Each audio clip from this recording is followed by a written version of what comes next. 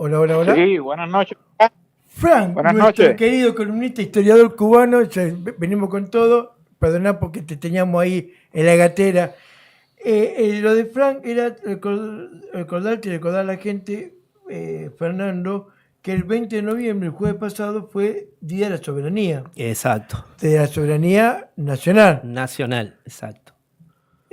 Con todo respeto, Pobre soberanía. y lo invito ahí a Frank, que nos está escuchando del otro lado.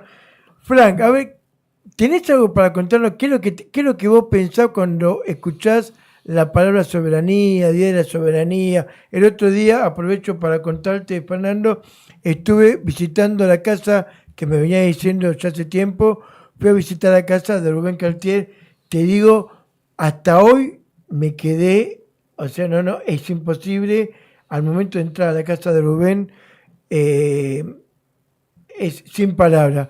Y bueno, preguntarle a Frank qué es lo que él piensa cuando le dicen Día de la Soberanía, la soberanía nacional, Cuba, Venezuela, Rubén Cartier. Frank. Bueno, coincide esta llamada, esta entrevista, primero muchas gracias, con que justamente hace 9 años fallecía el comandante en jefe Fidel Castro, un 25 de noviembre, por lo cual hablar de soberanía un día como hoy tiene un simbolismo para un cubano comunista bastante fuerte. Lo que se entiende por soberanía, primero hay que verlo como soberanía nacional, Claro. de un país ante la comunidad internacional, un país que para ser soberano tiene que constituirse en Estado, el Estado-Nación, que no me voy a poner a hacer la historia de la constitución de los Estados-Nación, casi todos atravesados por revoluciones burguesas, por guerras intestinas, de masacres, bueno, como sucedió aquí, que en realidad la República Argentina viene a terminar de cocinarse, por decirlo así, a inicios del 20. Justamente también hay una radio en Cuba que se llama Radio Trinchera y que tiene el nombre, en realidad todo su nombre es Radio Trinchera Antiimperialista, y es la radioemisora que está frente a la base estadounidense ocupada ilegalmente en Cuba, la base de Guantánamo. Es decir, estamos también hablando, traigo esto por lo relativo a la soberanía. Y bueno, Fidel Castro, se puede estar de acuerdo con él, sí o no, pero lo que es innegable, incluso para los mismos estadounidenses, para el mismo imperialismo yanqui, es que fue uno de los principales exponentes de las luchas por la soberanía de los países del sur global, o como mal se llama, del tercer mundo. Y en medio de todo este contexto que ustedes me preguntan por Rubén Cartier, sobre todo Diego, que estuvo recientemente allá en la casa de Rubén Cartier, el padre de mi compañera, Cartier, ante todo, era un peronista. Siempre fue un peronista, muere por ser un peronista y por tanto es un nacionalista. Claro. Pero no se quedaba en la visión de patria chica, no se quedaba en la visión ni siquiera de argentino, sino que una de las principales características que va a tener el mandato de Cartier es su proyección a política exterior, en la política exterior. Y esto es uno de los aspectos fundamentales de lo que es la soberanía política, que implica soberanía económica, pero sin soberanía política no hay soberanía económica. Exacto. Y en medio de un contexto de Guerra Fría, Cartier opta por establecer lazos diplomáticos con los países socialistas, directamente con la Unión Soviética y directamente con Cuba, al punto de que a fines de 1973 invita al embajador soviético del momento a La Plata e iza, los dos izan en lo que era el Jardín de la Paz, que hoy está ubicado en el Bosque de La Plata, pero en entonces estaba ubicado frente al Teatro Argentino, iza la bandera de la Unión Soviética, es decir, la bandera roja de la hoz y el martillo, símbolo del comunismo internacional, una bandera de 1 metro de largo, de ancho por 2 de largo. Imagínense aquella escena en plena La Plata. Frank, Medio ¿no te habrás equivocado? ¿En qué año fue eso? diciembre del 73. ¿Te imaginás en la ciudad de La Plata? Yo era chico igual, tenía 5 años. Imagínate para los que paseaban por La Plata, estar viendo que izan la bandera soviética, la de la 2 y el martillo. No me quiero, hubiera querido tener un par de años más para saber lo que dirían las mujeres y los hombres de aquel entonces de La Plata. La elite platense. Después te voy a mandar las fotos para que lo veas y vas a ver que es impresionante. Es impresionante, porque imagínate que el momento, eso debió ser una admiración inmensa para la izquierda, pero una ofensa completa para la derecha. Exacto. Ver aquello en pleno contexto de Guerra Fría. Todos ustedes son platenses y saben que el teatro argentino es lo más céntrico que se puede imaginar uno en La Plata. Imagínate ondeando la bandera roja de la hoz y el martillo en pleno 1973 diciembre, cuando además la situación está muy tensa porque Videgain, el gobernador apoyado por Montoneros, está siendo apretado por la derecha para que renuncie, al punto que va a tener que renunciar en enero del 74. Pero no solamente eso, Cartier establece vínculos directos con el gobierno cubano, y tú lo viste los otros días, Diego, de que el gobierno cubano le envía un regalo incluso personal, un humidor, que es la caja donde se guardan las cajas de tabaco, con una carta del gobernador de La Habana saludando las relaciones entre Cartier entre el intendente de La Plata y el intendente de La Habana. Esto tiene lugar en febrero del 74, ya Calabró está, es decir, el ultraderechista que sustituye a Videgain está ya en el poder, y Cartier no tiene nada que ganar con esto, pero esta postura va a continuar. Esta postura va a continuar en pleno 74, finales del 74, cuando la cuestión ya está pésima con Calabró, cuando ya la CNU está bajando a cuanto militante puede. Cartier invita al embajador de Hungría a izar la bandera húngara, que tenía una estrella roja en el medio, y además revela una estatua, que era la estatua de la libertad húngara, que la echaron abajo los militares también en el entonces Jardín de la Paz, que todo eso desapareció con el triste incendio que destruyó el teatro argentino. Entonces, eso es soberanía plena. Y quiero cerrar con una frase que da Cartier.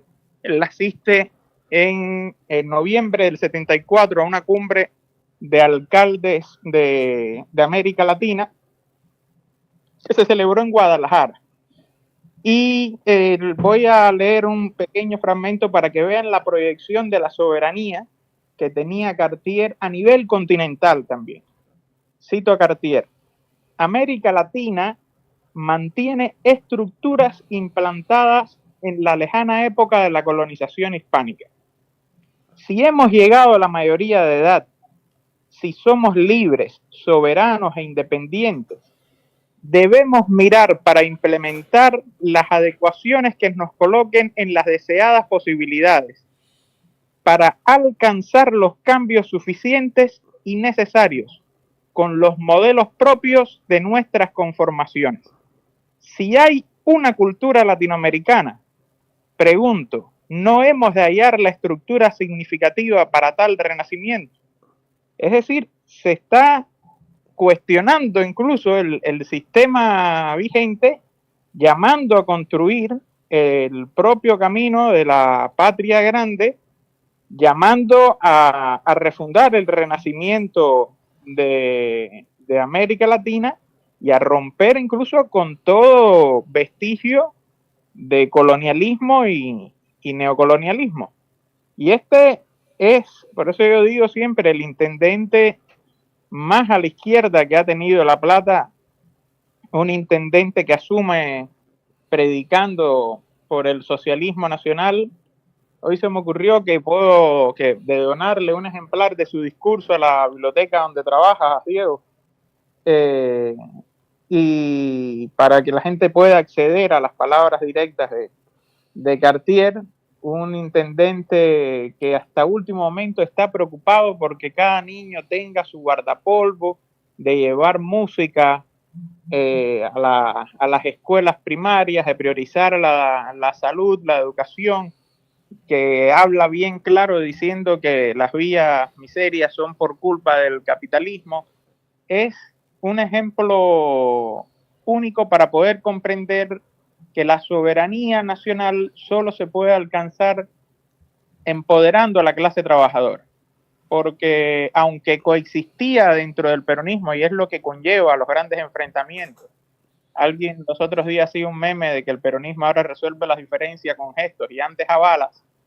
Y yo le decía, no, pero lo que pasa es que las diferencias que estaban atravesando al peronismo en los 70 eran diferencias basadas en la lucha de clases, mientras había un sector dentro del peronismo filomarxista que coreaban Perón evita la patria socialista, Claro. comandada por montoneros, por FARC, que estaban luchando por la clase trabajadora, entre ellos apoyando también Cartier, Videgain, Urriza.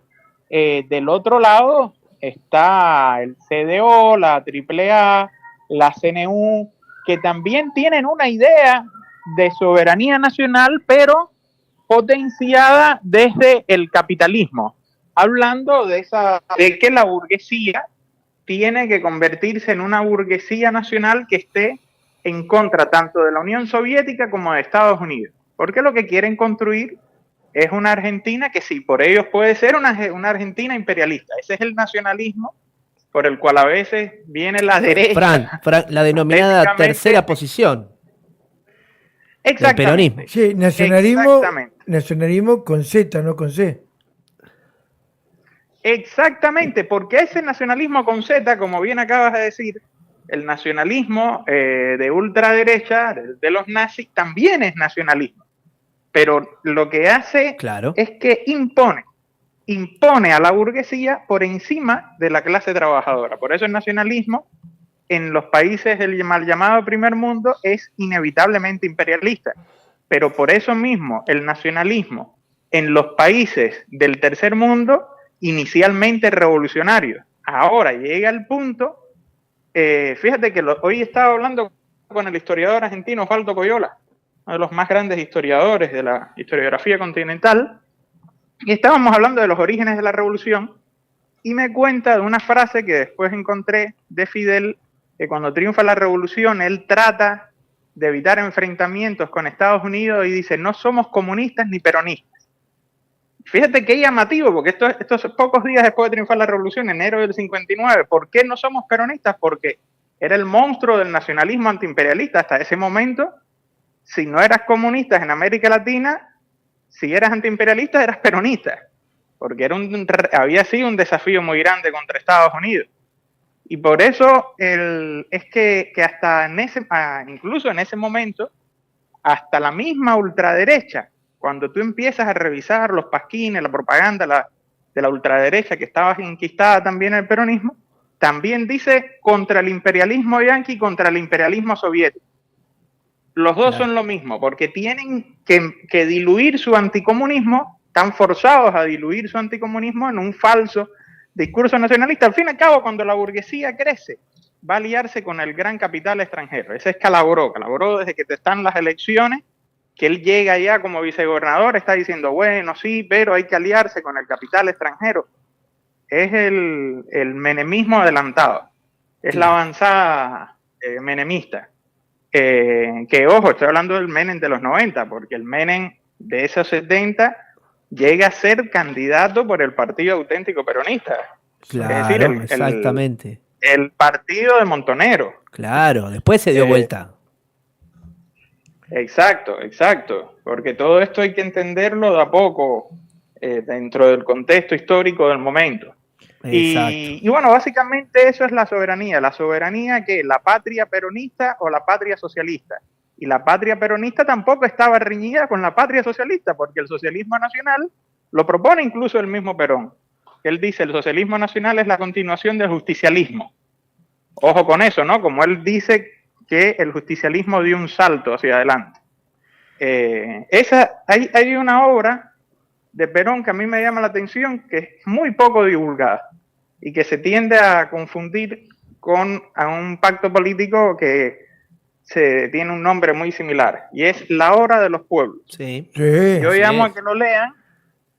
La Hora de los Pueblos, donde Perón fundamenta detenidamente lo que es el socialismo nacional, que uno puede estar de acuerdo o no, pero se ve que yo creo que que es urgente que el peronismo al menos rescate esa idea de Perón del socialismo nacional, en el cual Cartier está entre los primeros propulsores, porque la primera vez que Perón habla de socialismo nacional es en marzo del año 67, en el 20 Congreso de la JP, que se realiza en el exilio, en Montevideo, y ya en mayo de ese mismo año, es decir, 2 meses después, Cartier está fundando una escuela sindical con 2 marxistas y 2 peronistas. Fíjate, en un momento en que el fundador de la CNU, Luis Alberto Di Sambra, está llamando a perseguir los profesores marxistas, Cartier funda en ATE una escuela sindical llamada 1 de Mayo con 2 marxistas, uno del Partido Comunista y otro de la tendencia de Jorge Abelardo Ramos, que fue el que condujo después el FIP, el Frente de Izquierda Popular.